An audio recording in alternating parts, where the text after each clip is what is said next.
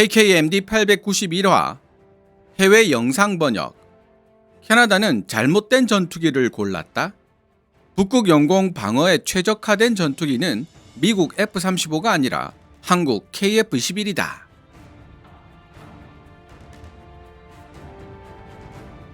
캐나다는 왜 미국 F-35가 아닌 대한민국 KF-21 보라매에 주목해야 하는가? 난쟁이가 쏘아올린 작은 공이 아닌 캐나다, 미국 간 국제정치 및 방산관계를 다루는 유튜버 피에르 실즈가 쏘아올린 작은 공이 캐나다 네티즌들 사이에서 적지 않은 반향을 불러일으키고 있습니다. 지난 11월 27일 해당 영상이 업로드된 이후 조회수는 6만 2천을 조금 넘고 있지만 놀랍게도 1000개 이상의 댓글이 달려있다는 사실이 피에르 실즈가 쏘아올린 작은 공이 얼마나 큰 반향을 불러일으키고 있는지를 입증하고 있는데요. 저도 이 영상을 처음부터 끝까지 시청했는데 마침 캐나다에 계신 KKMD 시청자 한 분께서도 이메일로 지금 캐나다는 잠수함 사업보다 전투기 사업이 더 뜨거운 감자인 상황이라며 피에르 실즈의 영상을 추천해 주셨습니다. 채널 소개란에 제 이메일 주소가 공개되어 있으니 K-디펜스와 관련된 흥미로운 영상이거나 번역과 분석이 필요한 영상이라고 생각되시면 언제든지 연락 주시기 바랍니다. 100% 모두 영상화된다고 말씀드릴 수는 없지만 저도 늘 좋은 소스를 찾고 있는 입장이기에 이런 제보는 큰 도움이 됩니다.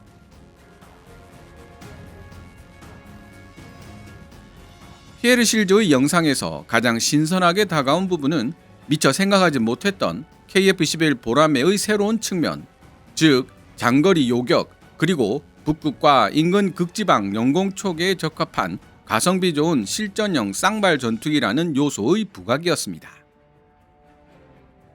피에르 실즈는 러시아에 대항해 북극 영공을 지켜야 하는 캐나다의 관점에서 KF-21 보라매의 장점을 설명하고 있는데요. 미국 F-35와 스웨덴 그리펜 E의 장점과 단점을 각각 비교 분석하고 왜 대한민국 KF-21 보라매가 가장 적절한 대안이 될 수 있는지에 대한 결론을 도출합니다. 한 가지 잊지 말아야 할 부분은 현재 캐나다 차기 전투기 사업에서 논의되고 있는 기종은 미국 F-35와 스웨덴 그리펜 E이며 한국의 KF-21 보라매는 아예 언급조차 되지 않고 있는 상황이라는 것입니다. 이는 캐나다 차기 전투기 사업이 시작될 무렵인 2017년 당시 KF-21 보라매가 실체가 없는 전투기에 불과했기에 아예 고려 대상조차 될 수 없었기 때문인데요. 최근 미국과 불화를 겪고 있는 캐나다가 낙점했던 F-35 도입을 그대로 밀고 갈지 아니면 최종 후보로 남았던 스웨덴 그리펜 E를 추가로 도입하여 F-35와 혼합 편대로 운용할지에 대해 고민하고 있는 상황입니다. 이런 상황에서 피에르 실즈는 북극 영공을 지켜야 하는 캐나다에게 가장 적합한 기종은 대한민국 KF-21 보라매라는 화두를 던진 것이죠. 그럼 2025년 11월 27일 피에르 실즈가 업로드한 영상을 번역해서 주제별로 요약해본 뒤 제 생각을 추가해보기로 하겠습니다. 1000개를 넘는 댓글들 중에서 한국어로 작성된 댓글을 제외하고 좋아요가 많은 순서대로 중요한 것들을 추려서 소개해보는 시간도 가져보겠습니다. 피에르 실즈 영상 원문은 노란색 글자로 제 개인적인 생각이나 역주는 하얀색 글자로 표시됩니다.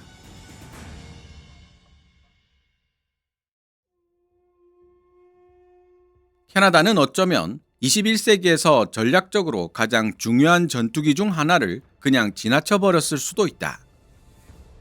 대한민국의 KF-21 보라매에 관한 정보가 점점 더 많이 공개되면서 피할 수 없는 질문이 떠오른다. KF-21 보라매야말로 캐나다가 F-35 라이트닝 2 대신 구매해야 할 전투기가 아닐까? 첫째, 캐나다가 필요로 하는 전투기가 갖춰야 할 능력들. 캐나다는 미국과 다른 방식으로 전투기를 운용한다. 우리는 적 영토 깊숙이 침투해 스텔스 타격을 수행할 계획도 없고 전 세계를 돌아다니며 항모에 기반한 작전을 펼칠 필요도 없다. 캐나다 공군이 실제로 수행하는 임무의 절대 다수는 북극 지역 장거리 초계, 러시아 폭격기 요격 임무, 광대한 오지의 영공을 지키는 임무, 원거리 지역 호위 임무, 나토의 항공 경찰 임무, 그리고 수색 및 구조 지원 임무로 구성되어 있다. 이러한 임무를 수행하기 위해 차세대 캐나다 전투기에는 장거리를 빠른 속도로 주파할 수 있는 항속 능력과 내구성, 극저온에서도 작동이 보장되는 신뢰성, 인프라가 부족한 전진 기지에서도 운용이 가능할 정도의 정비성, 광대한 바다와 빙원 위를 비행해야 하는 만큼 쌍발 엔진을 갖춘 전투기일 것, 운용 유지비가 저렴하고 빠른 정비와 빈번한 출격이 가능할 것 등이 요구된다. 둘째, 과연 F-35가 캐나다의 필요를 만족시킬 수 있는 전투기인가? F-35가 세계 최고 수준의 센서 융합, 스텔스 능력을 갖춘 진정한 의미의 5세대 전투기라는 사실에는 의심의 여지가 없다. 그러나 캐나다의 필요를 만족시킬 수 있는 전투기인지에 대해서는 의문의 여지가 많다. 북극 환경에서 F-35를 운용하고 있는 노르웨이는 부품 결빙, 얼음과 눈으로 인한 정비 지연 발생, 일정한 온도를 유지할 수 있는 대형 경납 시설의 확보가 어렵다는 문제들을 반복적으로 보고하고 있고, 시간당 44,000달러에서 55,000달러에 달하는 세계 최고 수준의 시간당 운용 유지비, 여러 국가에서 공통적으로 보고되고 있는 낮은 가동률 문제. 캐나다에게 보다 중요한 능력은 스텔스 침투 능력이 아니라 넓은 영공을 장시간 감시 및 요격할 수 있는 능력이라는 점이 문제다.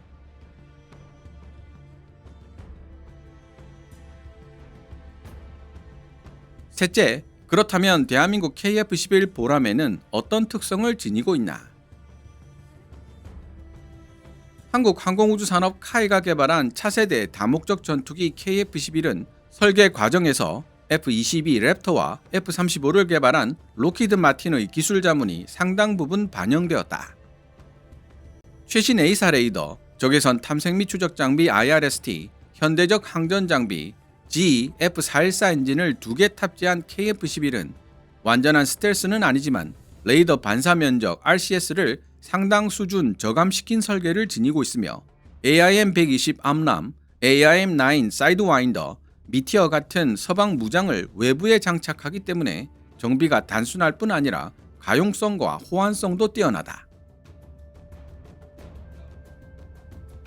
중소규모 공군들도 자주 출격시킬 수 있는 전투기로서 F-35와 근본적으로 다른 설계 철학으로 만들어진 KF-11은 또한 장거리 방공 초계에 적합한 설계를 지니고 있어 캐나다 공군이 수행해야 할 임무에도 적합하다. 넷째, KF-11 보람매의 북극 임무 적합성에 대한 고찰. 캐나다의 지리 환경은 혹독하고 기지 간 거리가 매우 길기 때문에 장시간 임무 비행 도중 긴급 상황이 벌어질 가능성은 항상 존재한다. 이때 KF-11의 쌍발 엔진은 강력한 안전자산이 되어줄 수 있다. 예를 들어 단발 엔진 전투기의 경우 북극 상공에서 고장이 발생한다면 말 그대로 조종사는 얼어붙은 바다 위로 탈출할 수밖에 없게 된다. 하지만 KF-11 같은 쌍발 전투기는 이런 위험을 극적으로 낮출 수 있다. KF-11은 경쟁력 있는 전투행동 반경, 우수한 공력 성능, 뛰어난 기동성과 상승 능력을 가지고 있을 뿐만 아니라 긴 해안선을 가진 한국의 지리적 특성상 장거리 고속 요격을 염두에 둔 설계를 지니고 있다. 이는 캐나다의 북극, 북부 방위 임무에도 똑같이 요구되는 능력과 설계다.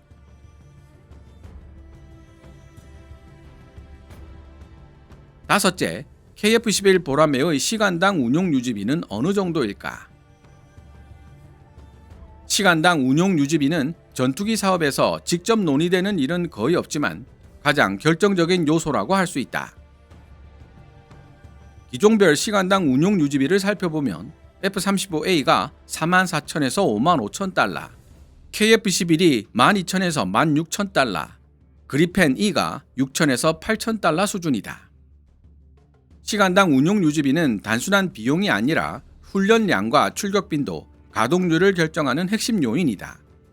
쉽게 설명하자면 비행하지 못하는 전투기는 아무것도 지키지 못한다는 뜻이다. KF-11은 예산 대비 더 많은 비행 시간을 확보할 수 있기 때문에 캐나다 공군의 준비 태세를 크게 향상시킬 수 있다.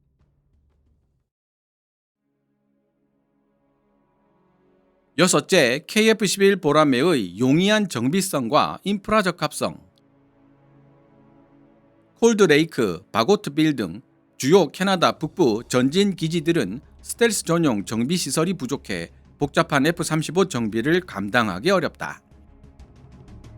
그러나 KF-11은 스텔스 코팅이 없어 정비가 단순하고 내부 무장창이 없기 때문에 무장 장착 과정도 간편하며 모듈식 항전 시스템을 지니고 있어 빠르게 고장을 진단하고 수리할 수 있다. 이렇듯 정비성과 가용성을 최우선 순위로 두고 설계된 KF-11은 캐나다처럼 인력과 시설이 제한된 나라들이 쉽게 운용할 수 있다는 장점이 있다. 일곱째, KF-11 보라매를 통한 캐나다, 한국 방산협력이 가져올 산업적 이익. 대한민국의 방위산업은 최근 세계에서 가장 빠르게 성장하는 분야 중 하나다. K2 주력전차, K9 자주포, FA-50 경전투기 모두 대규모 수출에 성공했고 KF-11은 그 다음 주자가 될 것으로 예상된다. 만약 캐나다가 KF-11 프로그램에 참여한다면 항공전자 부품 생산, 정비 허브 구축, 소프트웨어 공동 개발뿐만 아니라 차세대 파생형 개발에 협력할 수 있게 되고 이는 한동안 자취를 감추었던 캐나다 항공산업의 부활을 가능하게 만들 수도 있다. 결론, KF-11은 캐나다에 적합한 전투기인가? KF-11은 완벽하지 않고 5세대 스텔스 전투기도 아니지만 다음과 같은 측면에서 캐나다의 현실과 놀랍도록 잘 맞아떨어진다. 쌍발 엔진을 탑재하고 있어 혹한의 기후와 지형 속에서 안정적으로 장거리 비행이 가능하고 뛰어난 내구성을 지니고 있다는 점, F-35의 4분의 1 정도에 불과한 시간당 운용 유지비를 요구하고 있다는 점, 완전한 스텔스 기체가 아니기 때문에 오히려 정비와 수리가 간단하다는 점, 전투기의 명가 록히드 마틴의 설계 철학을 상당 부분 반영한 공력 설계를 지니고 있다는 점.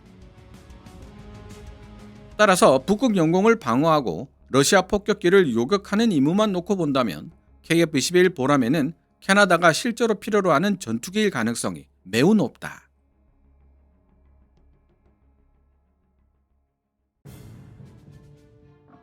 지금까지 유튜브 채널 Nurse of MAGA가 2025년 11월 27일에 게재한 영상을 번역하고 분석해 보았습니다.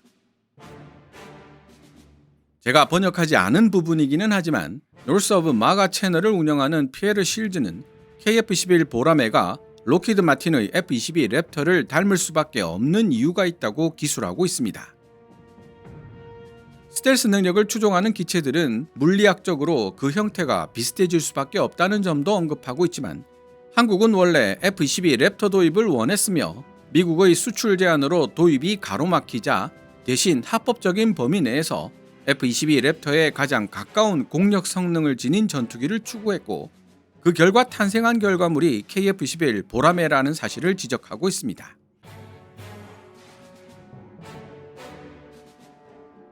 물론 F-22 랩터를 만든 록히드 마틴의 기술 자문이 KF-11 보라매에 녹아들어 있다는 이야기도 여러 번 반복하고 있고요.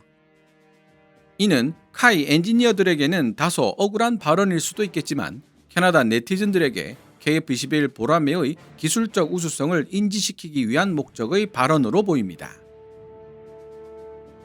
피에르 실즈의 영상은 혹독한 기후를 지닌 북극권에서 KF-21 보라매가 어떻게 활약할 수 있는지를 생각하게 해줬다는 점에서 큰 가치가 있습니다. 즉, 피에르 실즈의 분석 덕분에 KF-21 보라매가 기존에 지니고 있었던 가성비 좋은 4.5세대 전투기라는 이미지가 장거리 요격, 북극, 해양 초계에 적합한 실전형 쌍발기라는 이미지로 스펙트럼을 넓히는 계기가 되었다는 뜻입니다. 이렇게 확장된 이미지 스펙트럼은 비단 캐나다뿐 아니라 필리핀, 콜롬비아, 페루, 아랍에미리트, 사우디아라비아처럼 광대한 범위의 영공을 방어해야 하는 국가에 매우 매력적인 메시지가 될 수 있습니다. 해당 영상에 달려있는 댓글들 중에서 한글로 작성된 댓글을 제외하고 시청자들의 지지, 즉 좋아요를 많이 받은 댓글들을 유형별로 소개해드리도록 하겠습니다. 먼저 KF11 보라매와 K방산에 대해 호의적인 태도를 취하고 있는 댓글부터 소개해보도록 하겠습니다. 한국형 A사 레이더가 세계 최고급 모듈형 레이더라는 소문이 있으며 심지어 F-35보다 더 낫다는 루머까지 나돌 정도다. KF-11 블락1은 공대공 중심, 블락2는 공대지 공대함, 블락3는 내부 무장창과 유무인 복합체계 멈티를 연동하게 된다. KF-11은 이에 그치지 않고 스텔스 도료와 스텔스 업그레이드 계획까지 가지고 있어 장기적인 발전이 기대된다. 해당 댓글 원문은 KF-11 블락2를 공대지 플러스 내부 무장창으로 블락3를 6세대 전투기로 잘못 소개하고 있어 제가 임의로 수정했습니다. KF-11은 그야말로 가성비 랩터, 버짓 랩터라고 정의할 수 있다. 설계 단계에서부터 내부 무장창을 염두에 두고 있었고 블락3인 KF-11EX는 5세대급 성능을 목표로 하고 있다. 자매기종 FA-50 역시 가성비 F-16V, 버짓 바이퍼로 F-16B 성능의 80%를 목표로 하고 있다. 폴란드가 FA-50을 선택한 것은 지금 당장 운용이 가능하기 때문인데 카이가 올바른 전략을 구사한 것이라고 볼 수 있다. 기회가 주어진다면 나는 주저없이 KF-11을 선택하겠다. 우리 캐나다의 필요를 충족시켜줄 수 있는 좋은 전투기로 보인다. 캐나다와 한국이 KF-21EX 공동 개발을 추진하고 캐나다형 KF-11인 CF-21 도입 혹은 공동 생산까지 검토하는 모습을 상상해보는 것만으로도 즐겁다. CF-21이라는 이름이 마음에 든다. 그리펜과 KF-11 둘 다 운용해보고 나중에 최종 결정을 하는 방법도 있다.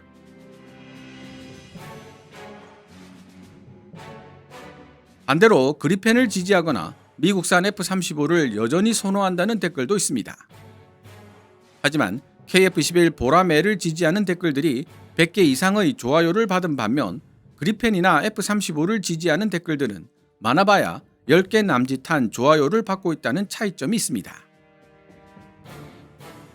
미국 하드웨어나 소프트웨어와의 연결고리는 모두 끊어야 한다는 점에서 그리펜이 최고의 선택이다.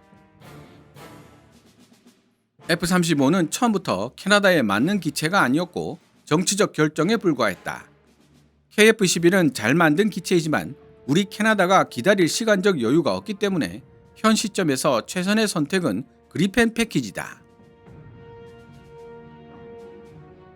좋은 영상에 감사한다.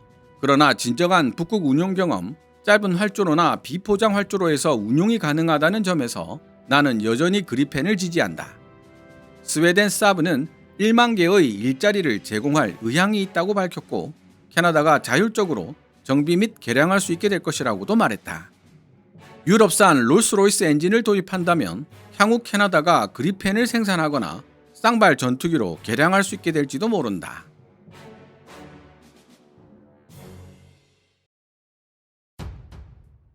마지막으로 캐나다 정부의 조달 시스템을 비판하는 댓글들도 볼 수 있었습니다.